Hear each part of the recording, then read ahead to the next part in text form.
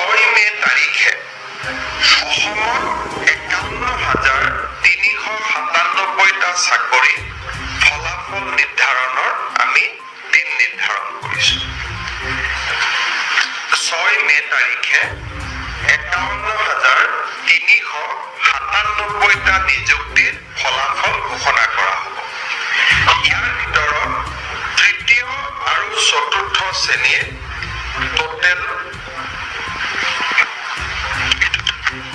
তৃতীয় শ্ৰেণীৰ 11,346টা হ'ব, যাৰ ৰিটেন অৰেল স্কিল চব হৈ গৈছে, যাক আসাম ডাইৰেক্ট ৰিক্ৰুটমেণ্ট বুলি কোৱা হয়। চতুৰ্থ শ্ৰেণীৰ 14,281টা। এই পদকেইটাৰ ফলাফল 6 মে তাৰিখে ঘোষণা কৰা হ'ব। সমান্তৰালভাৱে ৰাজ্যৰ আৰক্ষী আৰু বন বিভাগত চলি থকা নিযুক্তি 5,730টা পৰীক্ষাৰ ফলাফল পদৰ ফলাফলো 6 মে তাৰিখে ঘোষণা কৰা হ'ব।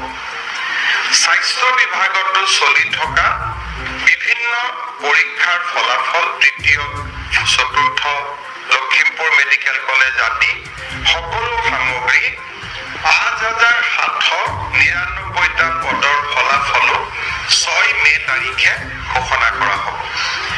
শিক্ষা বিভাগত 14,241টা পদৰ ফলাফল আমি 6 মে তাৰিখে ঘোষণা কৰিম। এই গোটেইখিনি যোগ কৰিলে 51,397টা পৰীক্ষাৰ ফলাফল আমি 6 মে তাৰিখে ঘোষণা কৰিম।